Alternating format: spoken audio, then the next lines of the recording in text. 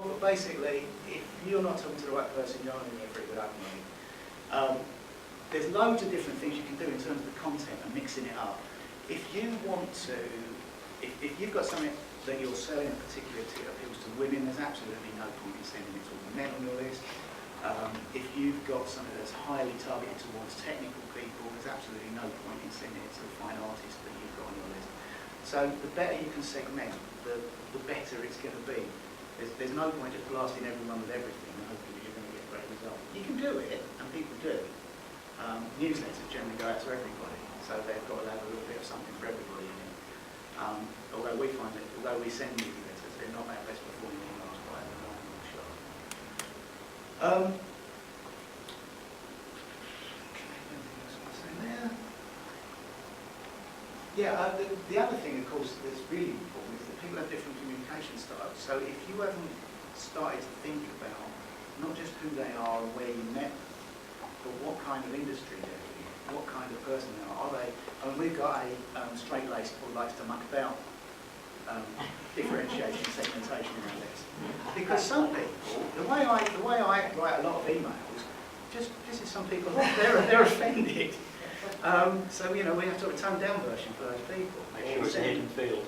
Yeah, we just make sure that it's that they're not seeing something that's likely to hack them off. And of course, what you really don't want is the unsubscribe. What you want is the feedback where they come back and say, well, I thought you were a little bit depressed. Brilliant. David was being polite, if that's what you Okay, right, the most important, we're talking about how to get your emails opened, and the most important bit is this bit, is the header section. I've got a pointy thing on this, I'm going to have to walk over to it. This is where a lot of people go wrong and put a company name up there. The thing is, if you're trying to build a personal relationship with anybody, the last thing you want to do is get a communication that comes from AQLC Limited. It's not something that my friends would want to open. My friends know me as me, and I want my business acquaintances to become my friends, and it's part of the way I do business. And I think anyone who's doing service-based work, if you don't get on with people, A, there's no funding for it, and B, why would they work with you if there's no report? So, here's your name in there. They signed up to you from you, not from your company. This one's a lot easier to say than to do. But write a killer subject line. If no one opens the email, it doesn't matter what the content is. I mean, you would have no idea standing looking at me today that the man in the tweed jacket and the white shirt was actually something of a rock star.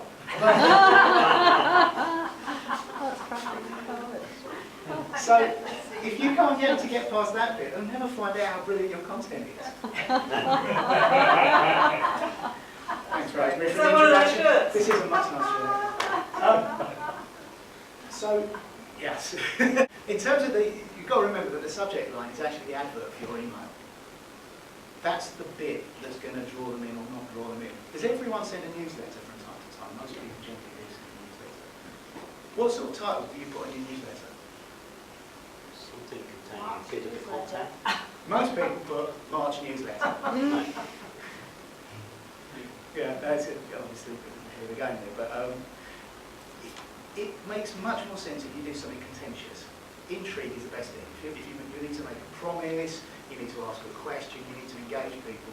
One of the things we've been testing a lot lately, and it's at the behest of our marketing system, because I hate it when I see my name in an email. I just think it's family. Because you know it's going to try and get me to open it. But in actual fact, it's performing better on open rates than when you don't do it. So it goes against my personal preference, but it actually works better. So when you start to get, there we go, Mr. Simon Gregory, we could help, blah, blah, blah. So, get your name right. The thing is with a, here we go, these initial caps, this is another cracker. You've got to make sure that what you're saying is actually going to draw people in. So, anything more than 5 words isn't even going to appear inside this. So you need to make sure it's short, you need to make sure it's pithy, you need to make sure it either answers a question or creates a sense of intrigue. What it definitely needs not to do is lie about the content of the email. I don't know if anyone's received any of these I saw one recently why Angelina Jolie lost her business or something. And you click through, it has nothing to do with Angelina Jolie. Obviously, I'm going to follow that one. Using initial caps, it just works. We've tested and measured it loads of different ways, and I've heard so many people say, you should always use initial caps in the subject line. If you don't use initial caps in the subject line, you lose about 10%. Oh, the first letter of each one. The clock ticket. This one, financial year end, it's all lowercase, really shouldn't be, and it's too long, it doesn't fit in. Keep it down 5, 6 words tops. Make sure you initial capitalise it, and make sure you don't waste any time waffling, because if you put the meat of your subject line at the end, people don't actually see it. Yeah. So it's first 5 words that people see. And then think about what the first few words in your email are. A lot of people that use MailChimp will leave in the little tag at the top that says, open this in your browser. Now, the problem with that is that it appears in this little section here where you've got 2 lines to sell people into opening your email. And if that says, open this, please, what's this one? If this email is not displayed correctly, please click here. What a waste of 2 lines. Get straight into the meat. You've got to remember that they're never going to read your content if they don't open your mail. So there it is, make the first 12 words count. You've got lots of competition there. And let's face it, you scan through that list and you pick out all the ones you want, you pick out all the ones that you know will work, and then you start thinking about the ones that you're not sure about. So you've really only got seconds to make that decision. Okay, so when it comes to the actual content section, it's really important to be you. It's also particularly important to name them. So if your list hasn't got first names in it, absolutely make sure it has. Because there's nothing worse than getting an email that says, I get it all the time, Dear Gregory. And you just think, yeah, great, thanks. God, that made me feel so special. I heard someone using a new system and they forgot to insert the names and it went out, Dear Dummy.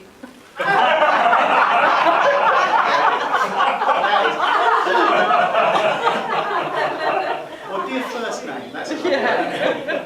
Well, that's all that wasn't personalised there. Absolutely. Address them by name. But the other thing to remember is a lot of people will write in the content of an email as if they're broadcasting. So I wonder how many of you have thought about that kind of thing. I wonder how many of you have said, and they talk about as if they're talking to as if I'm talking to you now, but I'm not.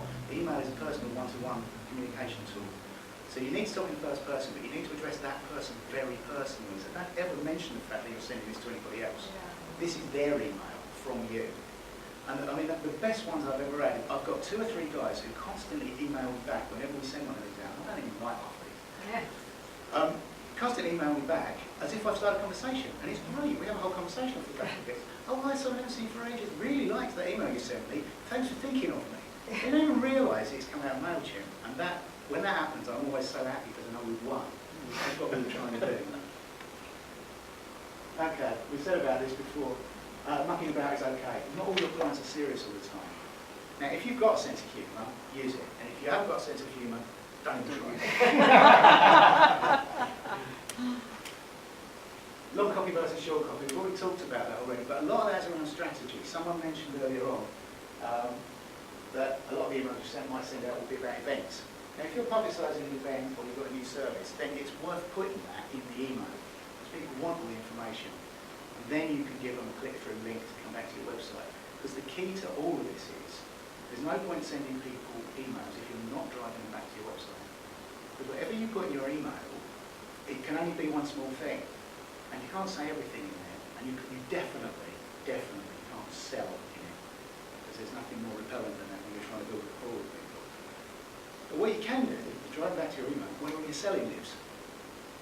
Drive back to your website where all the selling lives. If your sidebar's full of all the latest offers, if you've got a little ad box on there, on the blog post that they land on, then you've taken them back to somewhere where they can see you selling without being offended in any way, shape or form, if you've given them content that's of value. So long copy versus short copy really is a matter of what the strategy for that particular email is. Do you want to reply, or do you want to click through, or do you want to buy straight off the email? Now the fact is very few people are going to buy straight off the email into something that they really want, so they're going to have to be well qualified before working out. I personally prefer the short and click through. Use short sentences. How many people have got university degrees? Cool. Okay. An email and a website is not a dissertation. If your sentence has got 2 parentheses in it, it is too long. Make it 3 sentences. Keep them short, keep them punchy, keep the words simple, unless you're writing to a very specifically highbrow audience. If you're writing to academics, they won't like it if it's too punchy. If you're writing to anyone who's not a dyed-in-the-wool academic, keep it copy tight, keep it short, keep it simple. This is not literature.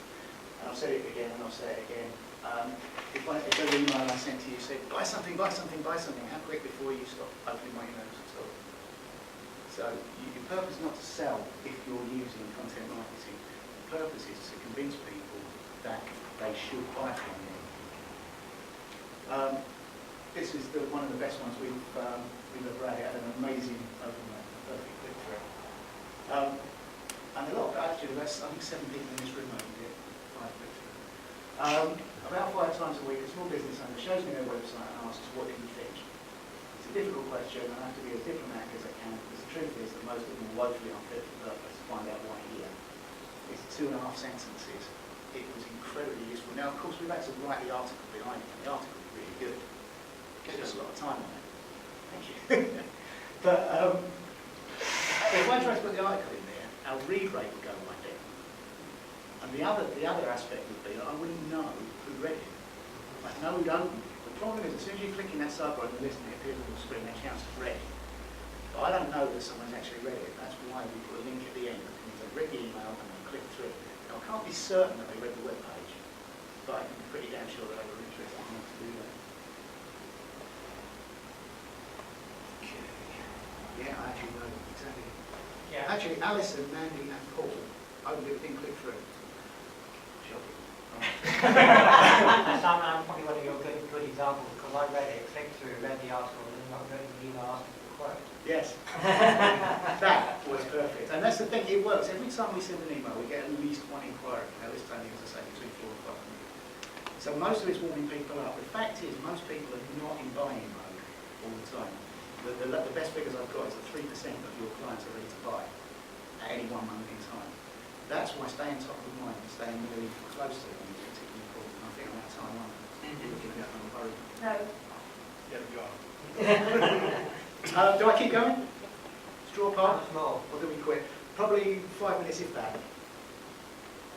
Okay, I'm really just actually what I'll do is I'll just trace through content marketing strategy. Number 1, build a list. Use an opt-in form. It's best if you've got free product on there. Stick everyone you meet on here, but absolutely segment it. Segment it as tightly as you possibly can. One of the lovely things I like that MailChimp is a Boolean segmenting, so you can say I want people who did this but didn't do that, opened this but haven't opened that one. Lovely little tip. If you send an email and it gets you, say, a 30% open rate, you know that 70% of people didn't read it or didn't open it. Next week, send it out to that 70% of people again. They're not seeing it twice because they didn't open it the first time. And then, if you want, keep doing it. Most mail clients will let you do that, so they'll let you do a little Boolean search. I want to send this to everyone who didn't open this before. That's a cracking little tip. Plan ahead. If you intend to post weekly, and we do, plan 52 weeks of content. You deciding well in advance what it's going to be. In fact, what we do is plot the whole thing out on a whiteboard. This is what we're doing in January, this is what we're doing in February, and then we plan out who's going to be our guest blogger. We work out what's going to go in our newsletter. We start planning out what a case study we're going to talk about, because we know what workflow we've got to penetrate. And then the team has written most of the emails and most of the content at least a month before we need to do it. How many people think, oh shoot, I better send out an email? And then you write off your afternoon while you put it together, and then you blast it out at the end of the Friday thinking, that's done. And then nobody opens it because it's Friday. Yeah. But it gets lost in the weekend spam, doesn't it? We find Tuesday and Wednesday at 2:30 get the best open rates. Later out on Tuesday. But play with it, absolutely play with it. There we go, post the content on your website. The benefits are it's great for SEO and you get better site engagement. So if you've written something brilliant, put it on your website and then send a short email that drives people to that content. Best way of doing these things. There we go, send a short intriguing email to sell them to on your website. test and measure. See what works and build on it. That's why, test everything. Most of these systems will let you split test. You can split test the headline, you can split test the call to action, you can split test different text, different copy. You can split test different times that you send it. You can split test whether it's got the person's name in the subject line or not. There's so much that you can do, but if you set yourself parameters for these things, this week we're going to split test this, next week we're going to split test that, over time you start to build up much, much better open knowledge. And that's just a list of some of the things that we do for our clients. We do it for ourselves, but of course we do it for lots of other people too. And I'm going to leave that